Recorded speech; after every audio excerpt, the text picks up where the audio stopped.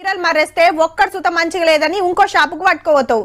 ఏమండి కొత్త డిజైన్ చీరలు వచ్చినాయి, గల్లీలు అందరు కొనుక్కుంటుర్రు, నాకు కూడా కొనియరాదు?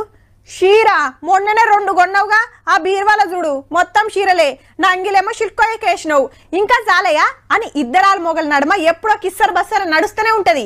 షాపింగ్ అంటే మాతోటి అట్లుంటది మళ్ళా. అయితే గీ మేడం సుధామూర్తి 30 ఏండ్ల సంధి చీరలే కొనలేదటుల్లో. 30 రోజులు కాదు 30 ఏండ్లు. కాశీకి పోయినప్పుడు మనకిష్టమైంది ఏదోటి వదిలేయాలంటారు కదా, మేడం షాపింగ్ వదిలేసిందట. ఆ కాంచి ఇంతవరకు చీరల బేరమే చేయలేదని ఓ ఇంటర్వ్యూలో గొప్పగా చెప్పింది. పెన్మిటి కొనిచ్చి తెస్తాడేమో అనేరు. కాదు కాదు, చుట్టాలు దోస్తులు గిఫ్టుల కిందిస్తే అవే కట్టుకుంటదట. అప్పట్లా మా అమ్మకు 8 చీరలుండే, మా అమ్మమ్మకైతే 4 ఉండే. నాకు కూడా ఎక్కువ తక్కువ లేవనుకొచ్చింది.